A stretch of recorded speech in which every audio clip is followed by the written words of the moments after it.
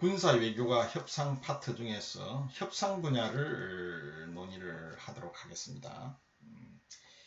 외교의 핵심은 협상을 통해서 관련 국간의 상호 갈등적인 이익을 조정하는 데 있죠. 그렇기 때문에 협상은 곧 외교의 본질이고 또 요철할 수 있는 것입니다. 자, 여기서 협상이란 둘 이상의 국가 간의 이해관계가 상충될 경우에 상호 수용 가능한 제2의 교환을 통해서 당사자 간의 이해를 조정하는 과정을 우리가 협상이라고 말하는 것이죠.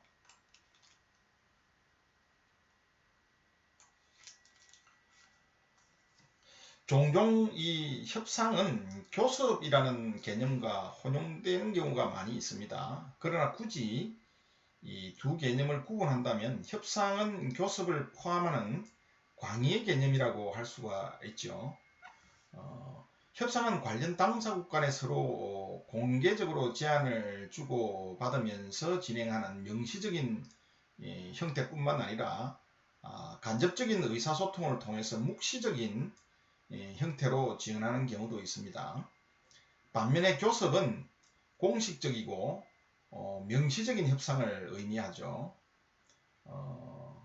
이 협상 교섭과 유사한 개념으로 또 다른 협의라는 개념이 있는데요. 이 협의는 관련 당사국 간의 단순한 의견 교환을 말하고요.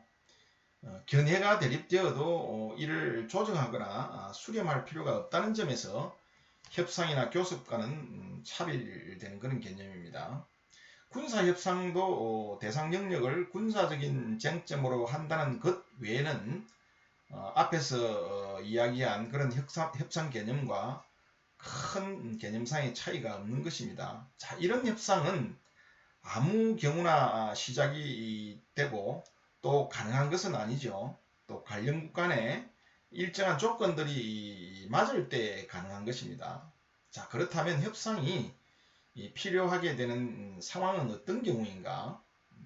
독립된 협상 주체가 둘이라는 전제 하에서 대체로 어떤 요건이 충족이 되면 협상이 필요하고 또 가능하겠죠. 자, 이런 요건들은 어떤 요건이냐면 첫 번째로는 당사자들이 매우 상호 대립하는 이해관계를 지니고 있다고 서로 인식을 해야 한다는 것입니다. 당사자들 간에 추구하는 이익의 대립이 없고 단순히 정보의 교환이나 의견 교환을 위해서 모이는 회의는 앞에서 설명했던 협의이지 협상은 아닌 것이죠. 자, 두 번째 조건, 협상의 조건은 두 번째는 당사자들이 상대방의 입장을 이해하고 경우에 따라서는 상호 양보하고 대립된 이해관계를 조정할 가능성이 있다고 믿고 또 그렇게 할 용의가 있어야 협상이 이루어지는 것이죠. 만약 어느 일방 당사자가 이런 가능성이 전혀 없다고 생각을 하면 진정한 의미의 협상은 시작될 수가 없는 것이죠. 마지막으로 협상을 이루어지기 위해서는 당사국들이 이 협상을 통해서 이해관계를 조정하는 것이 하지 않는 것보다 유리하다고 인식해야 한다는 것이죠. 다시 말해서 협상을 위해서 지불하는 대가에 비해서 추구하는 이해관계가 너무 하찮은 것이라면 이 협상 상황은 발생하지 않게 되겠죠. 자, 이러한 협상 방법과 수단에 대해서 논의를 해보도록 합시다. 자, 협상 당사자들이 협상을 임할 때에는 이 흔히 당근, carrot죠, carrot. 당근과 채찍이라는 말을 많이 사용이 되는데요. carrot and stick이죠. 당근과 채찍으로 구분이 되는 이런 방법이 동원이 되죠. 협상 당사자들 간에. 이 당근의 방법이라는 것은 뭐냐면요. 협상에 있어서 일방 당사자가 다른 상대방 당사자에게 자신들이 제시한 조건을 수락할 경우에 일종의 그 보상을 제공하거나 혹은 그렇게 할 것을 약속하는 것을 의미합니다. 이 반면에 이 채찍의 방법은 상대국이 상대방으로 하여금 자신들의 입장을 변경하지 않을 경우에 보다 큰 대가를 치러야 한다는 점을 위협을 하거나 또 이를 실제 행동으로 옮겨서 일정 수준의 제재를 가하는 방법이 당근의 채찍의 방법이죠. 자, 일반적으로 이 위협이나 제재를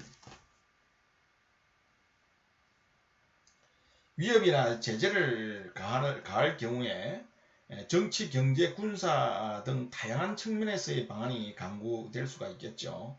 예를 들자면 한 국가가 다른 국가에게 자국의 요구를 수락하도록 하거나 다른 국가의 요구를 거절하기 위해서 동원할 수 있는 정치적 수단으로는 외교관계를 단절한다든지 또 국제 무대에서의 국제적 지지 거부 등이 있을 수 있고요.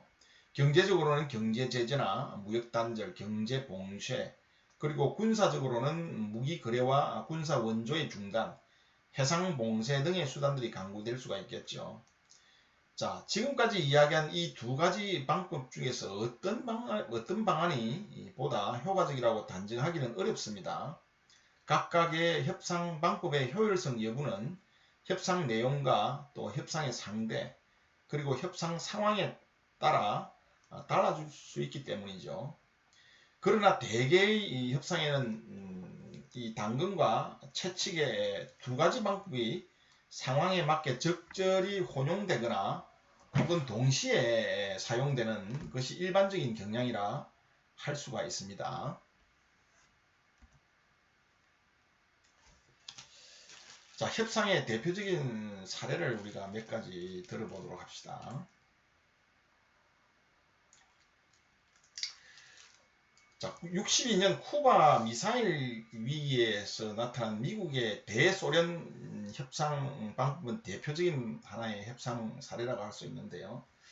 자, 이 쿠바 미사일 위기라는 것은 어떤 사건이었냐 하면요. 소련이 쿠바에 상당수의 공격용 미사일을 이미 설치했다는 사실이 이 미국의 첩보망에 포착된 상황에서 이 추가적인 설치 움직임에 대해서 당시 미국의 케네디 행정부가 쿠바 해안에 함정 183척과 군용기 1190대를 동원해서 봉쇄를 함으로써 미국의 군사적 우세에 도전하려 했던 이 소련 수상 흐르시초프의 의지를 좌절시키고 미사일 철수를 관철하는 과정에서 전 세계를 핵전쟁의 공포로 몰아넣었던 1962년 10월 22일부터 28일까지 약 일주일 동안의 국제적 위기 상황을 우리가 쿠바 미사일 위기라고 합니다. 자, 쿠바는 1959년 1월 카스트로가 바티스타 정권을 타도하고 공산 정권을 수립을 했습니다. 특히 1959년 10월에 카스트로 정권은 자국 내에 있는 미국의 각종 이권을 폐기하고 60년대에 들어서는 미국계 기업의 자산을 국유화해버렸죠. 61년 5월 쿠바는 이 사회주의 혁명을 선언하고 62년부터는 사회주의 건설 4개년 계획을 시작을 했습니다. 자, 이러한 쿠바의 움직임은 당연히 미국과의 관계를 급속도로 악화시켰죠. 60년대 미국은 쿠바로부터 사탕수수 수입을 대부분 삭감을 했고요. 중요 물자의 수출 금지 조치를 통해서 쿠바에 경제적인 압력을 가했습니다. 61년 1월에는 국교가 단절되었고요. 미국 내에서 결성된 쿠바 혁명 평의의 의장 호세 미로 카르도나가 미국의 지원을 받아서 그해 같은 해 61년 4월에 반혁명군을 인솔하고 이 쿠바 동남부의 피그만에 상륙해서 카스트로 정권 타도를 계획을 했지만 오히려 진압되었죠. 자, 미국의 어떤 배후 조정으로 쿠바 정부를 무너뜨리려고 했던 이 기도가 바로 이 피그만 사건인데요. 여기서 결국은 실패를 하게 되죠. 자, 미국으로부터 무력 공격의 위협을 느낀 쿠바는 급속도로 소련과 가까워지기 시작했고 62년에는 이 소련과 쿠바의 무기 원조 협정에 따라서 쿠바의 미사일 기지가 건설되기 시작했습니다. 자, 이렇게 되니까 미국의 케네디 행정부는 62년 10월 22일 소련에 대해서 쿠바 내 미사일 기지 철거와 핵미사일 발입 금지를 요구하고 쿠바에 대한 해상 봉쇄령을 내려서 핵전쟁의 위험으로부터 전 세계를 충격에 빠뜨렸죠. 자, 이러한 미소 대립의 위기 상황은 소련이 쿠바에 건설 중인 중거리 탄도미사일 기지의 철거를 약속하고 그것을 사찰하는 등의 조건으로 미국은 쿠바를 침략하지 않을 것을 약속을 함으로써 전쟁을 피할 수 있었습니다. 자, 이 사태를 계기로 미소 양국의 지도자 간의 대화의 길이 열렸고요. 미소 대립을 완화시키는 계기가 되었던 것이죠. 자, 1962년 쿠바 미사일 위기에 나타난 미국의 이 대소련 협상 방법은 대표적인 사례라고 볼 수가 있는데요. 쿠바 미사일 위기가 막바지에 치달은 상황에서 미국의 케네디 행정부는 이 소련의 흐루츠초프 정권에게 소련이 쿠바로부터 미사일을 철수하지 않을 경우 전쟁도 불사하겠다고 위협하는 동시에 미사일을 철수할 경우에는 미국은 쿠바를 침공하지 않겠다고 약속을 함으로써 소련 측의 미사일 철수 약속을 받아낼 수 있었죠. 자, 이 사례에서 우리가 볼 수 있듯이 국제협상에서 위협과 보상의 방법은 보상 또는 약속이죠. 위협과 보상 혹은 약속의 방법은 마치 양날의 검처럼 거의 동시에 활용되는 경우가 빈번합니다. 물론 가정이지만 앞에서 말한 쿠바 위기의 경우 만약 크루스초프 정권이 미국의 제안을 거부했을 경우에 이 사태는 급격히 악화되어서 미소 간의 전쟁 상황으로 진전될 수도 있었겠죠. 동시에 만약에 미국이 아무런 반대급부 예컨대 쿠바를 침공하지 않겠다는 약속 이런 어떤 반대급부 없이 소련 측의 일방적인 미사일 철수만을 요구했을 경우에도 상황은 악화되었을 가능성이 높다고 할 수 있습니다. 국가 간의 협상에 있어서 위협과 보상의 방법을 혼용해서 협상을 타결지은 또 다른 예로는 우리가 1994년 북미 제네바 핵 합의를 들 수가 있는데요. 이 북한 핵 문제는 89년 9월 프랑스의 상업위성이 영변지역 핵시설을 찍은 사진이 공개됨으로써 정폭이 되었죠. 이후에 북한이 IAEA 즉 국제원자력기구의 핵사찰을 수용하고 남북 간의 비핵화 공동선언은 92년 2월 19일에 발효가 되었죠. 이 비핵화 공동선언이 채택이 되면서 해결의 실마리를 찾는 듯 했죠. 그러나 93년 초에 미국이 북한의 핵 폐기물, 핵 폐기물이라는 것은 사용 후 핵 연료를 이야기하는 것이죠. 북한의 핵 폐기물 저장 시설로 추정되는 2개의 미신고 시설에 대한 사찰을 요구하면서 다시 수렁에 빠지게 되었습니다. 북한은 미국의 이러한 요구에 대해서 NPT 즉 핵 확산 금지 조약을 탈퇴하겠다고 위협을 하면서 거부를 했죠. 이후에 미국은 북한과 2차례의 고위급 회담을 갖고 북한이 국제원자력기구에 의한 특별 사찰을 수용할 것을 거듭 촉구했지만 북한은 94년 5월에서 6월 사이에 국제원자력기구의 감독 없이 8,000여 개에 달하는 이 폐연료봉을 교체를 해버렸습니다. 아예 IAEA로부터 탈퇴를 또 선언을 함으로써 미국과 북한 간의 핵협상은 악화일로의 양상을 띠게 되었던 것이죠. 사태가 이렇게 악화되자 미국 내에서는 대북 제재를 향한 강경한 분위기가 고조되었었습니다. 미 행정부는 6월 15일 대북 제재를 골자로 유엔 안보리 국가들을 대상으로 결의안 협상에 들어갔죠.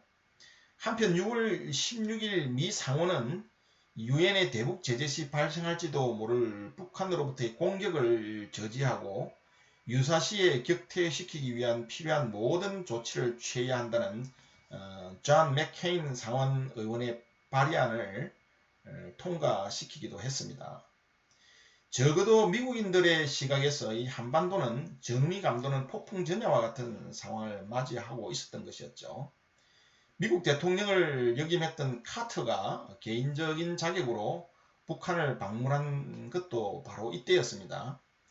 카트와 김일성 회담에서 미국과 북한 양측은 북 핵 문제를 해결하면서 동시에 전쟁도 피할 수 있는 방안을 논의했던 것으로 알려져 있습니다. 이 과정에서 북한의 핵개발 프로그램을 동결시키라는 카트의 요구에 김일성은 잠정적으로 핵 프로그램을 중단시키고 또 미국이 경수로 공급을 약속하면 항구적인 동결도 약속했다는 그런 후문도 들리고 있죠. 자, 이 회담을 계기로 볼 때 북미 간의 핵협상은 94년 10월 제네바 핵 합의에 이르게 됩니다. 이 회담을 계기로 해서. 자, 결과적으로 보면 이 제네바 핵 합의는 이 채찍과 당근의 적절한 활용으로 가능했다는 판단이 서는 것이죠. 자, 미국은 자국 내에 고조되고 있는 대북 제재 분위기를 바탕으로 해서 북한에 대한 압력을 가하는 한편 북한이 핵 동기를 수락할 경우에는 경수로를 지어주겠다고 약속을 함으로써 북한으로 하여금 체면을 살리면서 후퇴할 수 있는 기회를 제공했다고 볼 수 있는 것이죠. 자, 핵 협상의 성공 요인에 대해서 논의를 계속해서 진행하겠습니다.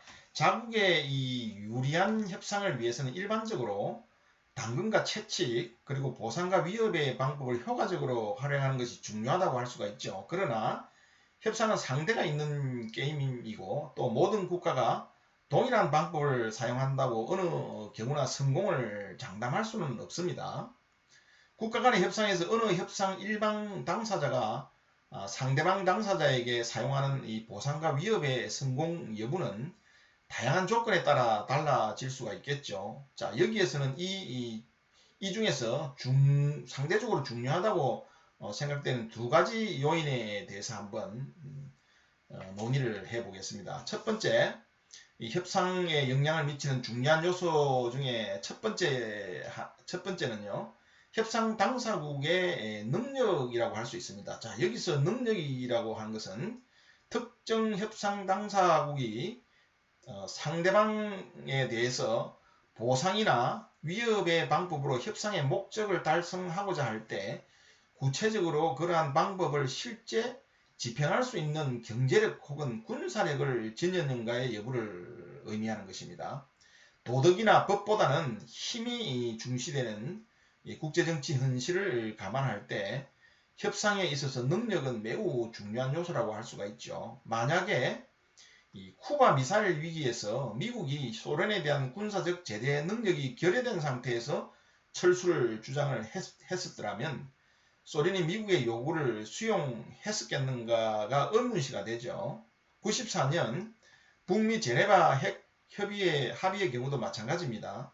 미국이 북한이 핵 동결을 이행할 경우에 경수를 제공한다고 약속을 했을 때 만약 북한이 미국이 경수로 제공 능력이 없다고 이렇게 생각을 했다면 협상은 결코 타결되지 않았었겠죠.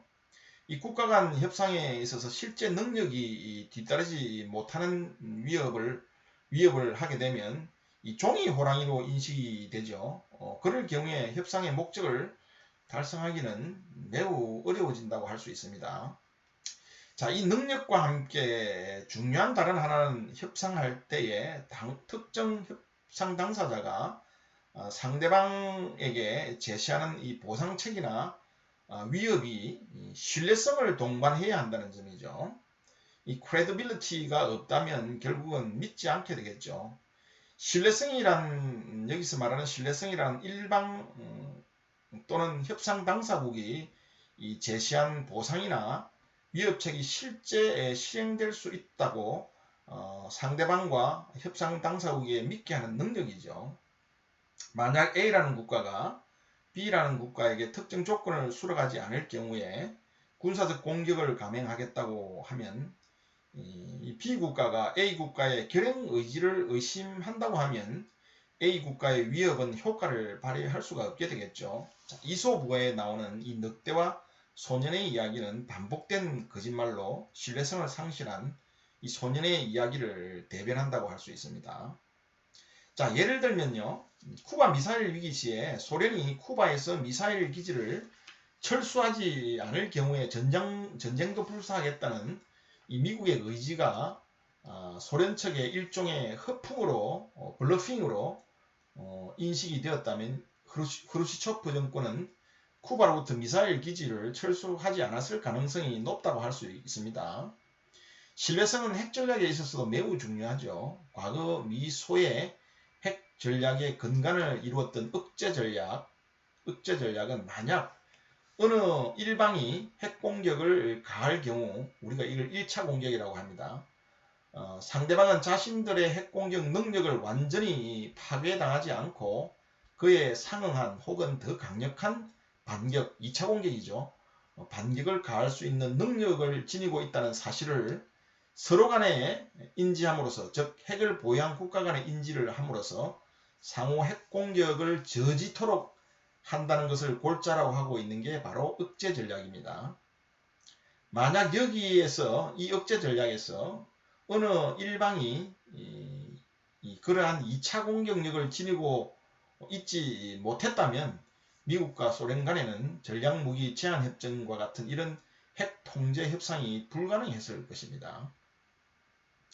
자, 이처럼 협상에서 협상 당사국이 지닌 능력과 신뢰성은 협상의 성사 여부에 중요한 영향을 미칩니다. 다시 말해서 이 특정 협상 당사국이 상대방 협상국에 대하여 협상 목적을 달성하기 위해서는 당근과 채찍을 효과적으로 활용을 하기 위해서는 이를 실행할 수 있는 경제력과 군사력은 물론 반드시 이행할 것이라는 신뢰성이 뒷받침이 되어야 한다는 것이죠. 일반적으로 말하면 이 능력이 있으면 신뢰성은 높아진다고 할 수 있습니다. 그러나 어떠한 경우나 능력이 있다고 신뢰성이 높아진다고 할 수는 없습니다. 능력을 구비하고 있어도 신뢰성이 저하되는 경우도 있죠. 신뢰성은 먼저 이 협상 대상물의 가치, 그리고 협상 당사국의 능력, 과거의 경험 등 이 다양한 요소들에 의해서 결정되기 때문입니다. 예를 들면 일방 협상 당사국이 협상 과정에서 위협의 방법을 구사할 경우에 이는 상대방 협상 당사국이 자신들이 추구하는 협상의 대상물 혹은 조건에 부여하는 가치가 높으면 높을수록 상대방이 하는 위협의 신뢰성 또한 높아진다고 할 수 있겠죠. 더불어서 이 위협의 방법을 구사하는 협상 당사국의 능력이나 국력이 강하면 강할수록 그 위협의 신뢰성 또한 높아진다고 할 수 있습니다. 나아가서 이 위협을 하는 국가가 과거 협상에서 위협을 하고도 이를 실제 이행하지 않은 경우가 많으면 많을수록 그만큼 그 국가가 하는 위협은 신뢰성이 줄어든다고 할 수 있는 것이죠. 자, 협상의 특징에 대해서 한번 알아봅시다. 소련 사람들은 미소관계를 적대국 관계로 바라보았죠. 과거 냉전시대에 이야기하는 것입니다. 때문에 이 소련인들은 양국 간의 군비 통제 협상에 임할 때에도 진정한 의미에서 무기의 통제보다는 가급적 적은 비용으로 미국의 특정한 군사적 프로그램들의 개발을 제한하고자 하는 의도를 지니고 이 군비 협상에 참여했었죠. 협상 대상국이 다른 협상 당사국과 어떤 관계에 있는 국가인가 여부는 협상 과정과 결과에 중요한 영향을 미칩니다. 특히 자국의 안보에 직접적인 영향을 미치는 군사협상의 경우에 이런 경향은 더욱 정대된다고 할 수 있겠죠. 자, 여기에서는 협상 상대국에 따라서 협상의 성격과 특성이 달라지는데요. 이러한 것들에 대해서 좀 세부적으로 논의를 해보도록 하죠. 자, 브래디라는 학자는 과거 미국이 경험했던 군사 협상들에 대한 사례 연구를 통해서 몇 가지 분석을 하고 있는데요.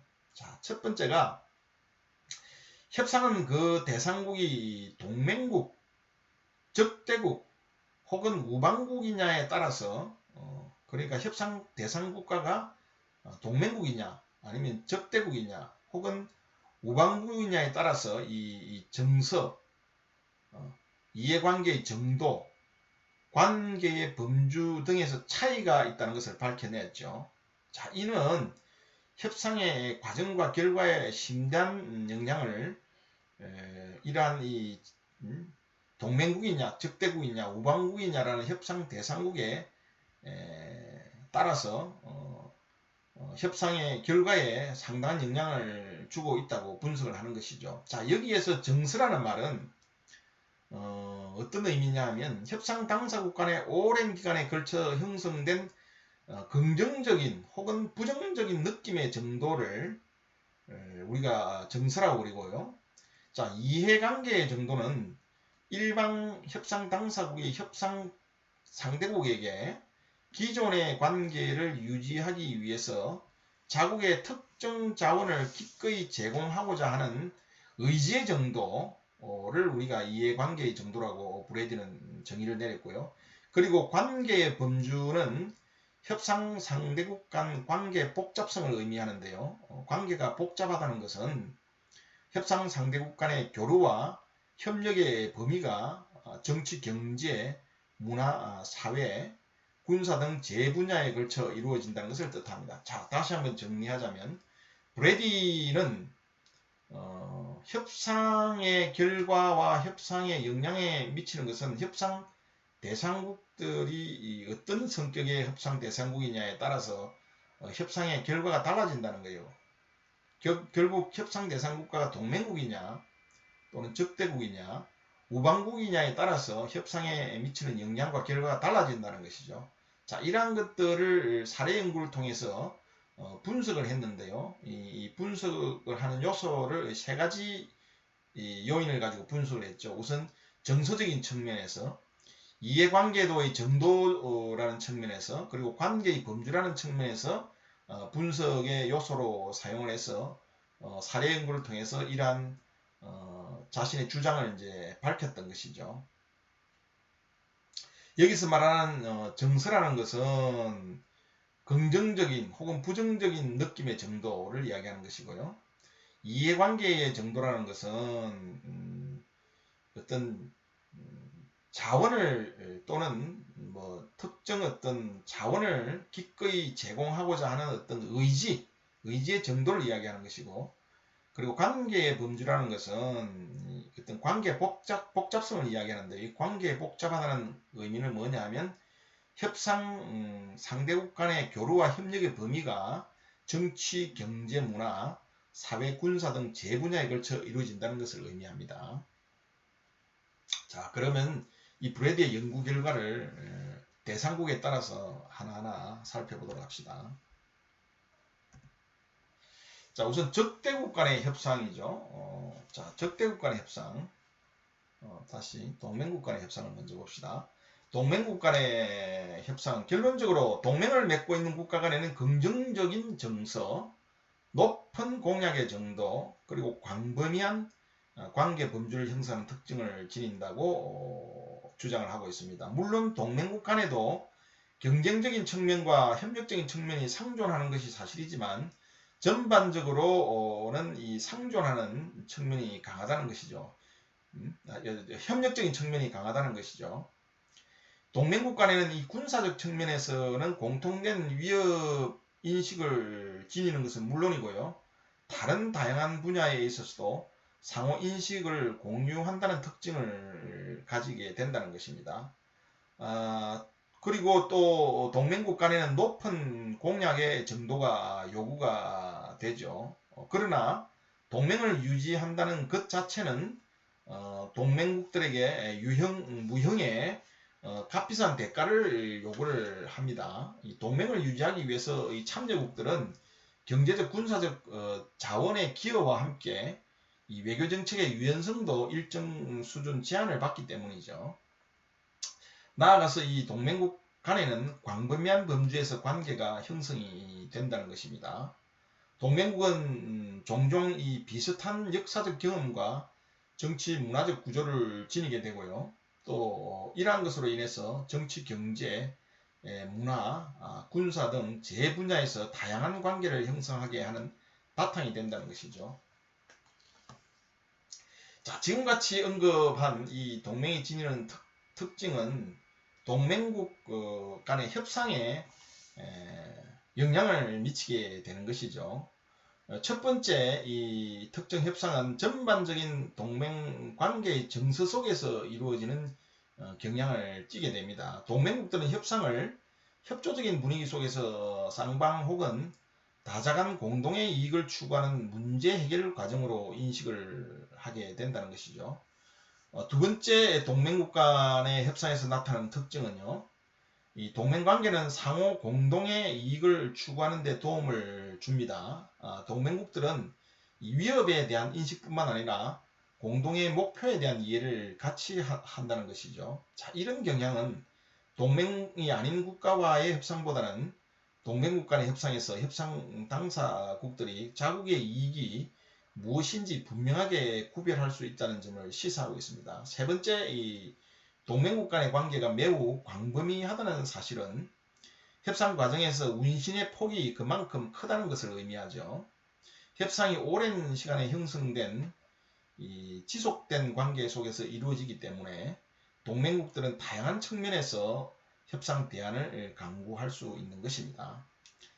마지막으로 동맹국들은 과거 공동의 이익을 위해서 협력한 경험을 지니고 있어서 보다 쉽게 신뢰를 구축을 할 수가 있습니다. 일반적으로 동맹국이 아닌 국가 간의 협상에서는 협상 초기 상대방을 어디까지 신뢰할 수 있는가를 판단하는데 많은 시간을 허비하게 됩니다. 절차적인 어떤 문제에 시간을 낭비하게 된다는 말이죠. 그러나 동맹국 간의 협상은 절차적인 문제보다는 쟁점을 구체화하고 해결하는 데 보다 많은 시간을 집중할 수 있다는 특징을 띠게 되는 것이죠. 자, 다시 한번 요약을 하자면요. 자, 협상의 특징에 대해서 우리가 논하고 있는데요. 브래디가 연구한 결과에 의하면 협상은 대상 국가가 동맹국이냐, 적대국이냐, 우방국이냐에 따라서 협상의 특징은 달라질 수 있다는 것이죠. 협상의 결과와 협상에 미치는 영향은 달라질 수 있다는 것이죠. 자, 이런 것을 분석하기 위해서 세 가지 요인을 가지고 분석을 했는데요. 정서라는 요인과 이해관계의 정도와 관계의 범주 등에서 이 세 가지 요인을 가지고 사례 연구를 통해서 분석을 했죠. 여기서 정서라는 의미는 긍정적이냐 혹은 부정적이냐라는 상대를 생각하는 방향이 정서가 부정적이냐 긍정적이냐 그런 것을 의미하는 것이고, 이해관계의 정도는 어떤 물질적인 어떤 지원, 경제적인 지원, 자원의 지원을 기꺼이 해주겠다는 어떤 의지의 정도를 이야기하는 것이고요. 관계의 범주라는 것은 여기서 정치, 경제, 문화 여러 가지 분야에서 어떤 서로 협력 관계를 추구하느냐라는 그런 의미를 우리가 여기서는 관계의 범주를 의미하는 것입니다. 그래서 동맹국 간의 협상을 한번 살펴봤더니 이 동맹국 간의 협상을 할 때는 긍정적인 정서, 그 다음에 아주 높은 공약의 정도, 광범위한 관계의 범주가 형성이 되더라는 것입니다. 결국은 상호 간에 굉장히 좋은 감정을 갖고 있고, 또 그 다음에 서로 도와주려는 어떤 자원을 기꺼이 서로 협력하고 자원을 지원하겠다는 어떤 공약의 정도가 굉장히 높고요. 그리고 광범위한 관계의 범주, 즉 정치, 경제, 사회 여러 분야에 있어서 서로 광범위한 관계를 형성하려고 서로 하는 특징을 가진다는 것이죠. 자, 이러한 동맹국 간의 어떤 이 특징은 바로 협상에 있어서도 여러 가지 영향을 미친다고 했죠. 이 협상에 있어서 미치는 영향은 주로 전반적으로 이 동맹관계의 정서 속에서 전반적인 협상이 원활하게 운영이 되고요. 그리고 협조적인 분위기 속에서 쌍방 혹은 다정한 공동 이익을 추구하는 그런 협상의 특징을 가지게 된다는 것입니다. 그리고 동맹관계는 상호 공동의 이익을 추구하는데 도움을 주는 방향으로 협상이 진행이 되고요. 또 다양한 측면에서 협상 대안을 강구하고 보다 쉽게 신뢰 구축이 가능하다는 그런 협상 과정에서 특징을 보인다는 것입니다. 다음은 적대국 간의 협상에 대해서 좀 논의를 하자면요. 적대국 관계는 동맹국 관계와는 매우 다른 정치적 역동성을 내포를 하고 있습니다. 일반적으로 적대국 관계는 부정적인 정서, 높은 이해관계 정도, 그리고 상대적으로 좁은 범주의 교류를 특징으로 하고 있습니다. 우선 적대국 관계는 경쟁적인 요인이 지배적으로 작용하게 되는데요. 물론 적대국 간에도 제한적으로는 협력을 촉구하는 공통의 이해관계를 갖는 부분이 있을 수는 있겠지만 전반적인 관계는 역시 경쟁적인 성격으로 규정을 할 수가 있겠죠. 동맹국 관계와 마찬가지로 이 적대국 관계에도 높은 이해관계를 지니고요. 이는 외교 정책에 있어서 융통성을 제한하는 요인이 되기도 합니다. 반면에 적대국 간에는 동맹국 간에 비해 상대적으로 제한된 교류의 범주를 지니는 특징을 지니고 있습니다. 이러한 특징들은 결국 적대국가 간의 협상 시에 여러 가지 문제를 야기하게 되는데요. 첫 번째로는 어떤 문제가 야기가 되냐면요. 구체적인 협상은 전반적으로 적대관계라는 맥락 속에서 인식이 된다는 것이죠.